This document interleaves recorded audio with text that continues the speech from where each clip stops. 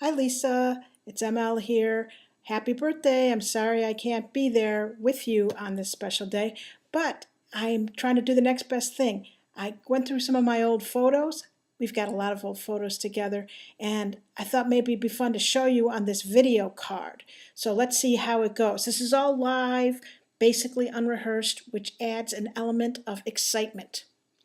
Okay, let's start. Well, I thought I'd start, since it's your birthday, let's start with a couple of birthday photos.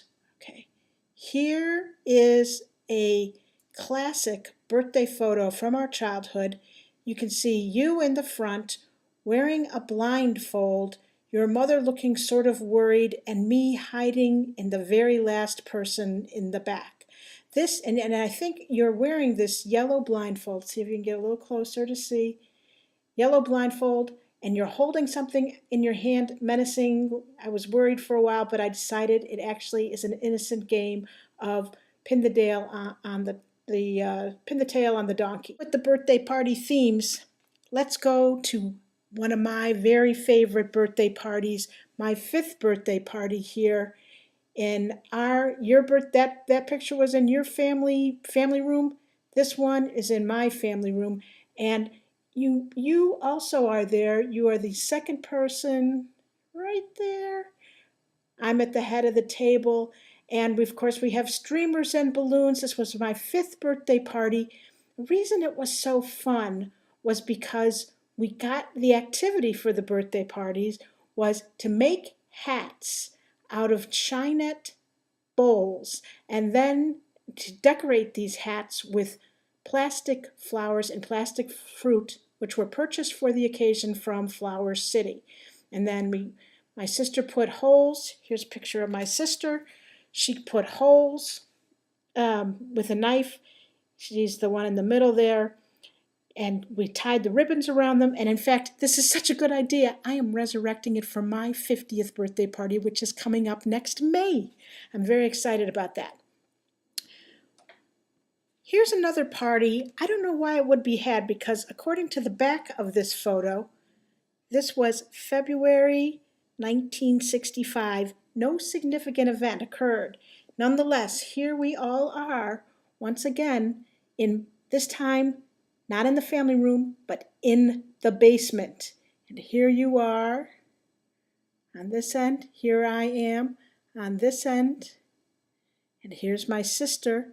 And most significantly, 2 items from the basement I want to draw attention to. My sister is lying on what we later would refer to as make-out couch, because we did a lot of making out on that couch, not with each other, but with I think mostly creepy boys that we found in bowling alleys and other places. But nonetheless, make-out couch, very significant, and also that topographical map of the U.S. on the wall. Such a good item that years later, so this was 1965, late 80s, early 90s, I took a trip back to Glenview, and you helped me take some photos. In fact, you helped me get back in 635 Chatham Road, because you had no fear. You just went up to that doorbell, rang it, and got us into the house so we could see what they had done to it, which included raising the roof. But we got back down in the basement, and what do you know? That map is still there. That precious topographical map is still there. And I'm really not going anyplace else with that. So let's go on to a new thread. Okay, about food and you and me. Picture A, you and me eating your mother's, or wanting to eat your mother's, deep dish pizza right out of the skillet. Look at the look on your face. We could not wait. Photo B, taken many years later. I don't know exactly when. Let's see if it says 1986. You and me having coffee at Carson's Drive-In. Lots of similarities of these 2 pictures. Let's see if I can get them together. We're in roughly the same place, same positioning. I'm blonde in both ones. You have dark hair, and our mouths are wide open. throughout the entire thing. Okay. One thing I remember about when we were growing up is we took a trip to West Palm Beach to visit your crazy grandmother or something.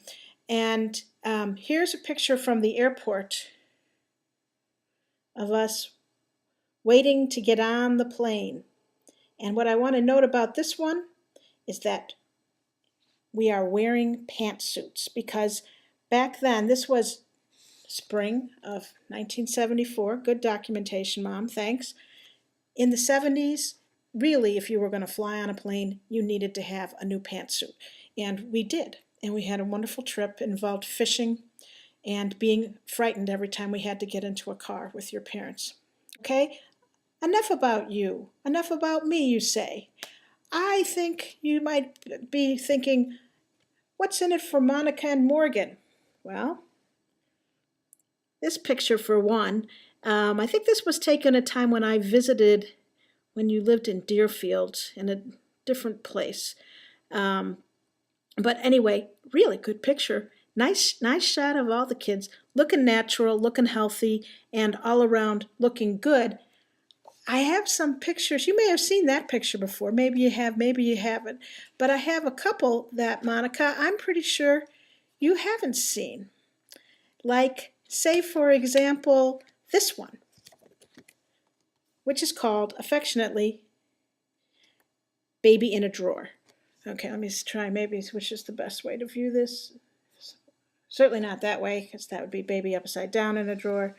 But when I lived in Philly, this is in 1988, and Lisa and then a fellow named Jeff drove. My father had died, actually, in 87, and he had left me, once I had complimented his car for being sporty, his red Cavalier, so he left it to me. He left it to me in Chicago.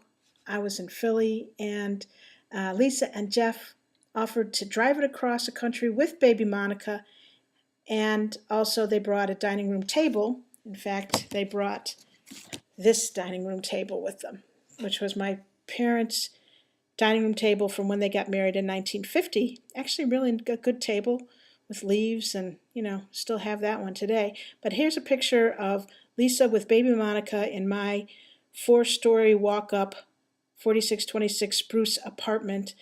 And really, if you let me go back to Baby in a Drawer, here's Monica, her head's up here. I didn't have bedding for an infant, but they're like, no problem, we'll just put her in a drawer.